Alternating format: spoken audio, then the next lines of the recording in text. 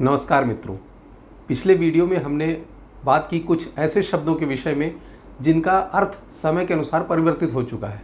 श्रीमद् भगवद गीता में आए हुए ऐसे ही एक शब्द निर्मम के विषय में हमने बात की और आप सब लोगों ने उस वीडियो को बहुत पसंद किया और मुझे अपने संदेश भेजे। इसके लिए आप सभी का हार्दिक धन्यवाद। जिन मित्रों ने अभी तक वह वीडियो न देखा हो उनके लिए मैं लिंक ऊपर आई बटन में एवं नीचे डिस्क्रिप्शन बॉक्स में दे दूंगा, जहां पर क्लिक करके वे उसे देख सकते हैं। तो हमने पिछले वीडियो में बात की कि समय के अनुसार बहुत सारे शब्दों के अर्थ परिवर्तित हो जाते हैं और हम अपने प्राचीन भारतीय ज्ञान को या हम अपने प्राचीन भारतीय आध्यात्मिक ग्रंथों को जब वर्तमान प्रचलित अर्थों में समझने का प्रयास करते हैं तो अर्थ का अनर्थ हो जाता है। हम उन मूल अर्थों को नहीं समझ पाते हैं जिनके लिए वे ग्रंथ लिखे गए हैं, जो उन ग्रंथों का तात्पर्य है या जो वहाँ पर हमारे प्राचीन भारतीय ऋषि कहना चाह रहे हैं, हम उनको नहीं समझ पाते हैं क्योंकि हम वर्तमान प्रचलित अर्थों के अनुसार उन ग्रंथों को समझने का प्रयास करते हैं। तो जैसा कि हमने पिछले वीडियो में देखा था कि निर्मम शब्द का अर्थ हम वर्तमान समय में निर्दयी अथवा क्रूर के रूप में करते हैं, जबकि श्रीमद् भगवद गीता के अनुसार ऐसा नहीं है।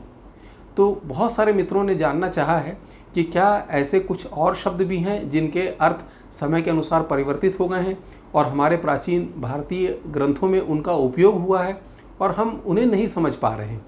ऐसा ही एक और शब्द है जो श्रीमद् भगवद गीता में ही अध्याय 3 और अध्याय 4 में प्रयोग हुआ है।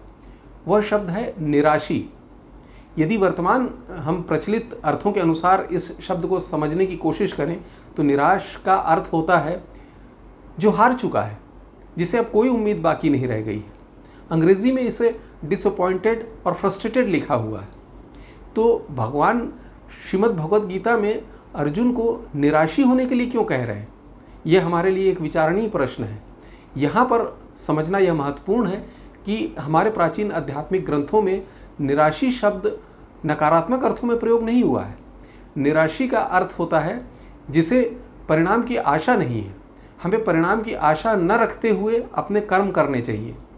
इसे समझने के लिए श्रीमद् भगवद गीता के ही एक प्रसिद्ध श्लोक को हम देखते हैं, जिसमें भगवान कहते हैं कर्मण्यवाधिकार रस्ते माँ फलेषु कदाचन। यह श्लोक अवश्य आपने सुना होगा। इसका अर्थ सीधे से यही है कि हमारा अधिकार सिर्फ कर्म पर है, फल पर हमारा अधिकार नहीं है। इस विषय में एक वीडियो मैं पूर्व में भी पोस्ट कर चुका हूं, जिसकी लिंक मैं ऊपर आई बटन में एवं नीचे डिस्क्रिप्शन बॉक्स में आपको दे दूंगा, जहां पर क्लिक करके आप उसे देख सकते हैं। तो फल पर अधिकार नहीं है, यह बात हमें समझ में नहीं आती है। संक्षेप में अगर हम बात करें तो भगवान का कहना यह है कि हम सिर्फ कर्म करने के अधिकारी हैं। फल हमारी आशाओं के अनुरूप नहीं आता है, क्योंकि फल ईश्वरीय विधान के अनुसार आता है, जिस पर हमारा नियंत्रण नहीं है। तो जब हमारा फल पर अधिकार नहीं है तो हमें फल की आशा ही क्यों करनी चाहिए। और इसीलिए भगवान कृष्ण अर्जुन से कहते हैं कि निराशी होकर, निर्मम होकर युद्ध में उतर। निराशी होकर का अर्थ यह है कि बिना परिणाम की अपेक्षा किए हुए निष्काम भाव से अपना कर्म कर। तो यहाँ बिल्कुल स्पष्ट है कि इस स्थान पर निराशी का अर्थ नकारात्मक अर्थों में नहीं है, जैसा कि हम आज समझते हैं। यहाँ पर फ्रस्ट्रेटेड या डिसअपॉइंटेड जैसी कोई भी बात नहीं है। यहाँ पर सिर्फ निष्काम कर्म की बात कही गई है कि हमें अपने सारे कर्म निष्काम भाव से करना चाहिए, बिना परिणाम की आशा किए हुए, बिना फल की आशा किए हुए। फल आएगा तो अवश्य, जो ईश्वरीय विधान से आएगा, परंतु हमारा उस पर अधिकार नहीं होगा। इसलिए हमें परिणाम की आशा नहीं करनी चाहिए, फल की आशा नहीं करनी चाहिए। और इसीलिए निराशी भाव से हमें अपने कर्म करने चाहिए और साथ ही साथ निर्मम भाव से भी। निर्मम भाव से का अर्थ जो हम पिछले वीडियो में देख चुके हैं कि मेरापन की भावना छोड़ के, मैं या अहंकार छोड़कर हमें अपने कर्म करना है और किसी परिणाम की आशा के बिना हमें अपने कर्म करना है। और जब हम ऐसा कर्म करेंगे तो हमारा जीवन शांतिपूर्ण एवं आनंदमय होगा। आशा है यह वीडियो आपको अच्छा लगा होगा, यह जानकारी आपको अच्छी लगी होगी और यह विषय भी अब शायद आपको स्पष्ट हुआ होगा।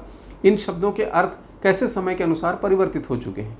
यदि यह वीडियो आपको अच्छा लगा हो तो कृपया इसे लाइक करें एवं इसे अपने अन्य मित्रों के साथ भी शेयर करें, जिससे कि इस तरह की वीडियो की जानकारी हम ज़्यादा लोगों तक पहुंचा सकने में सफल हो सकेंगे। कृपया चैनल को भी सब्सक्राइब करें एवं बेल नोटिफिकेशन भी अवश्य क्लिक करें, जिससे कि इस तरह की वीडियो की जानकारी आपको समय पर मिल सके। धन्यवाद।